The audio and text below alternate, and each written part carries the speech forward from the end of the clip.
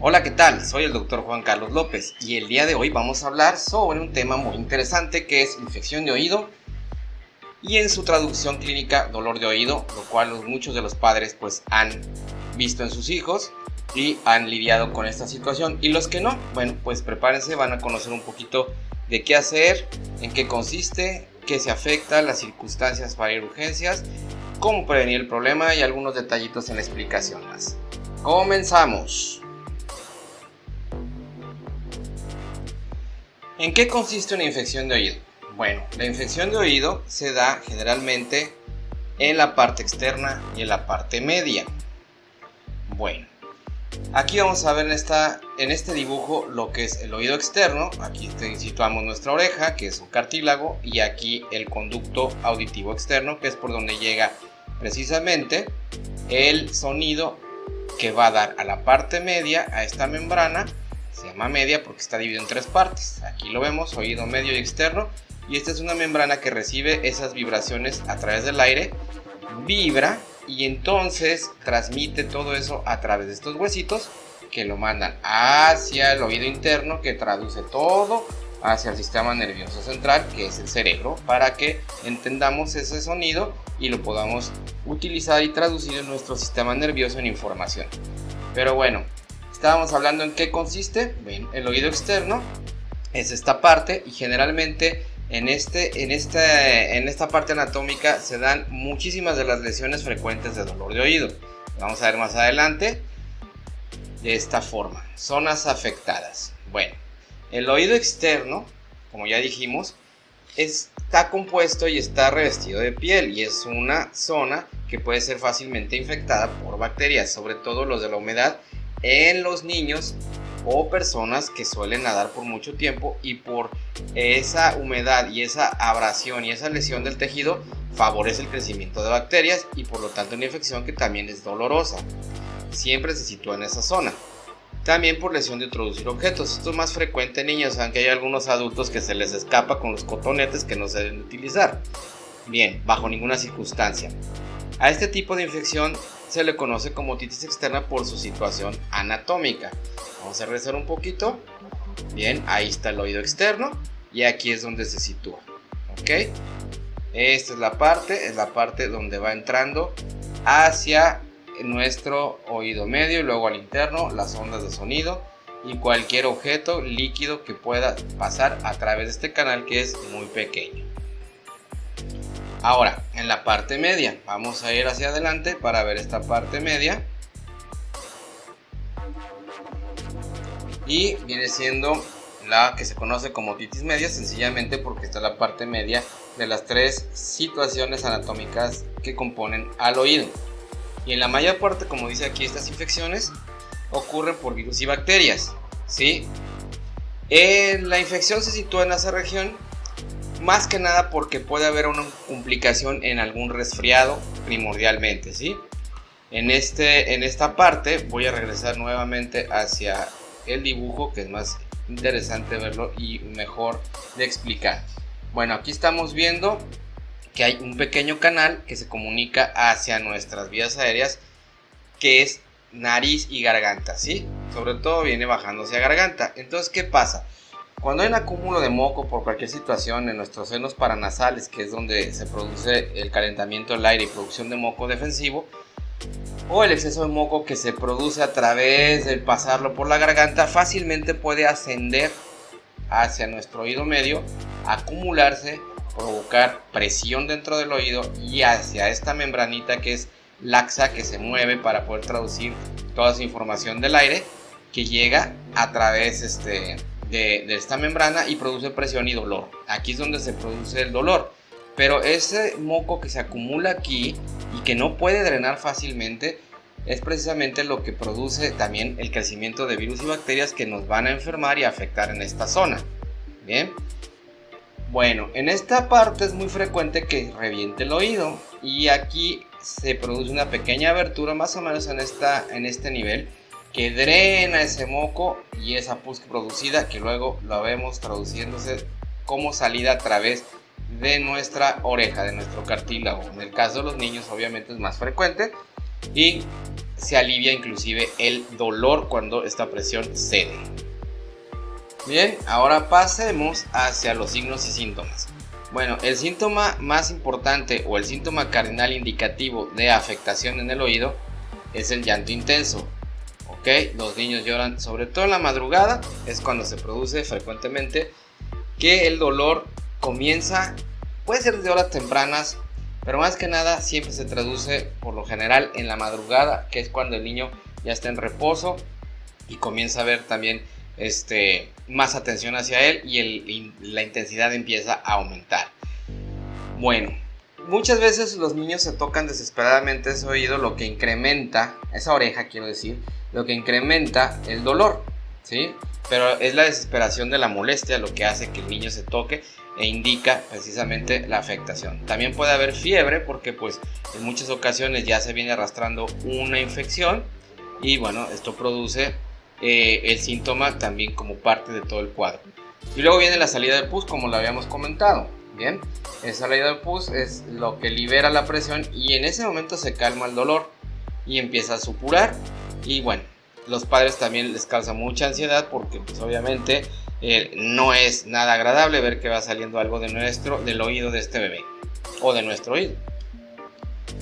¿Qué puedo hacer? Vamos a suponer que apenas va comenzando, ese niño está molesto, está con dolor y es tarde, no queremos salir o está en una circunstancia que no lo impide. Bueno, yo les recomiendo que administren paracetamol e ibuprofeno en cualquiera de sus presentaciones para las edades. En algunas ocasiones se pueden utilizar gotas analgésicas en el oído, pero siempre es recomendable que no se haga si no están prescritas por un médico y enterado de que se van a utilizar. Bueno, la razón es que, por ejemplo, si utilizamos las gotas, van a aliviar en cierto modo la molestia, pero no del todo. Ahora, si estas gotitas se aplican cuando ya el oído ha reventado, no tienen ninguna utilidad y están contraindicadas, ya que por arrastre pueden regresar esa pus hacia la parte media del oído y no es recomendable. Entonces, ¿qué se debe hacer? Pues obviamente limpiar únicamente con algodón o un trapo limpio esa salida. No se deben taponar. No se deben poner nada dentro de lo que viene siendo luego la oreja para impedir que salga. Hay que estar constantemente limpiando para que no se acumule y obviamente drene y facilite, obviamente inclusive el alivio de ese oído. Jamás introducir objetos, nunca para limpiar ni para tratar la salida de la pus. No debe de suceder porque podemos causar mucho mayor daño. Así que una recomendación es que los oídos se limpian con los codos. Traten de limpiarse los oídos con los codos, no van a poder. Bien, es un dicho que usamos muchos médicos para ilustrar que nunca se debe de realizar ninguna limpieza o introducción de objetos hacia los oídos. Ahora la pregunta, ¿cuándo voy a acudir a urgencias? Esta es ahora sí que el punto clave. Bueno, hay circunstancias, vamos a poner estas 4. Por ejemplo, que hay fiebre de difícil control. También el dolor recurrente es otro síntoma que puede obligarnos a ir a urgencias porque no cede, a pesar de que, como le digo en el punto 4, se dieron medicamentos y el llanto continúa inconsolable. La salida de líquido constante del oído que no cede también es otra situación que nos puede llevar a decidir acudir a urgencias para que sea tratado. Ok, bueno, tómenlo en cuenta. Generalmente podría ser que amanezca y puedan acudir a una cita de control en consulta externa una vez que se haya disminuido el dolor. Pero ahora sí que también depende la ansiedad y la situación de los padres en ese momento para tratar el problema y las circunstancias. Aquí estamos viendo dos imágenes muy interesantes. Voy a señalarla con el puntero. Aquí estamos viendo un oído inflamado. Quiero decir, como oído, la membrana, esa que hace que vibra a través de las ondas del aire, nos hace escuchar. Entonces es como una bocina de las antiguas que tenía una pequeña tela ahí que vibraba. Bueno, más o menos algo así. Está aquí inflamada, se puede notar, y completamente roja o como se conoce hiperémica. ¿Sí? Está bombada. Esto puede estar causando dolor y llanto en esta persona o en este bebé según sea el oído. Aquí la vemos enrojecida más que inflamada, aunque sí se ve un grado de inflamación. Entonces esto es lo que alcanzamos a ver nosotros prácticamente, lo cual es complicado en los niños porque a pesar de que los papás puedan cooperar, bueno, el niño está muy inquieto, está llorando, está irritable y a veces al tocarle la oreja, el lóbulo de la oreja, pues motiva el dolor. Entonces tiene que ser prácticamente muy delicado y de forma precisa. Además de que en los conductos y lo que vemos en los niños es increíblemente pequeño y tiene que ser prácticamente en segundos poder revisar bien esa situación. ¿Cómo prevenir el problema? Evitando que el menor, en el caso de que va a las albercas, permanezca por horas dentro del agua. Pero en verano, pues ese es el objetivo, estar divirtiéndonos en el agua. Y permanecen horas los menores en el agua porque además de que es una gran niñera, ellos se están divirtiendo y pues esas son las vacaciones, o si tenemos en algún momento facilidad está en la alberca. Bien, entonces traten de que no sean extremadamente las horas de contacto, regulando precisamente ese tiempo para evitar un daño posible hacia el conducto externo, y también pues, puede afectarse el oído medio en la membrana por irritación. Si el niño está enfermo, tratar de inmediato las infecciones respiratorias para que no se compliquen.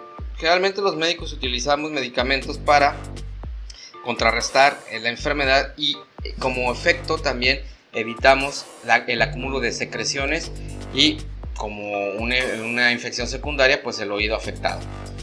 Aquí me quiero detener en el punto 3, que es no acostar al menor con biberón, porque muchas veces esto favorece por la anatomía del rostro de los niños, del cráneo, que se produzca infección. Lo vamos a ver en un dibujo más adelante.